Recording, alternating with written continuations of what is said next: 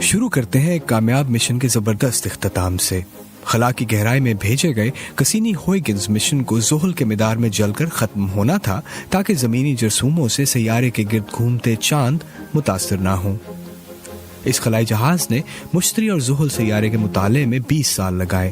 زحل کے چاند ٹائٹن پر ایک تحقیقی آلہ بھیجا اور دوسرے چاند انسیلڈس پر پانی دریافت کیا۔ سائنسدانوں نے سال 2004 میں جو کہا تھا وہ سب کسینی کے انکشافات سے ثابت ہو گیا۔ آپ کو اس بات کے احساس کے لیے کہ ہمارے لیے کل رات کی کیا اہمیت تھی کسی خاص سائنسی علم کی ضرورت نہیں۔ الفاظ اس کی حقیقت بیان نہیں کر سکتے۔ وہ ہوش اڑا دینے والا تھا۔ اس سال کا قابل ذکر لانچ یورپی خلائی ایجنسی کا سیارچہ سینٹینل 5 پریکرسر تھا، جو انسانی اور قدرتی سرگرمیوں سے پیدا ہونے والی فضائی آلودگی کا مشاہدہ کرے گا اور لوگوں کو آلودگی کی سطح کے بارے میں خبردار کرے گا جو صحت کے لیے نقصان دہ ہو سکتی ہے۔ یہ معاملہ ہے آلودگی پیدا کرنے والی گیسوں کے ذرائع کا پتہ چلانے کا کہ ان کا انسانی اور قدرتی سرگرمیوں سے کیا تعلق ہے۔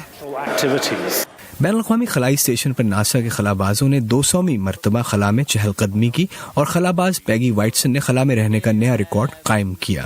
زمین پر سائنسدان سال 2018 کے لیے نئے اہم مشن کی تیاریوں میں مصروف رہے۔ ان میں سے ایک جیمز ویب نامی انفراریڈ خلائی دوربین ہے جس کی مدد سے دور دراز ستاروں کے گرد نئے دریافت شدہ سیاروں کے مطالعے میں مدد ملے گی جو زمین کے سائز کے ہیں۔ ہم ویب ٹیلیسکوپ کے استعمال سے ان سیاروں کی آب و ہوا کا مطالعہ کریں گے اور ان کی کیمیائی ترکیب کو دیکھیں گے۔ کیا وہاں پانی ہے؟ کیا اوزون موجود ہے؟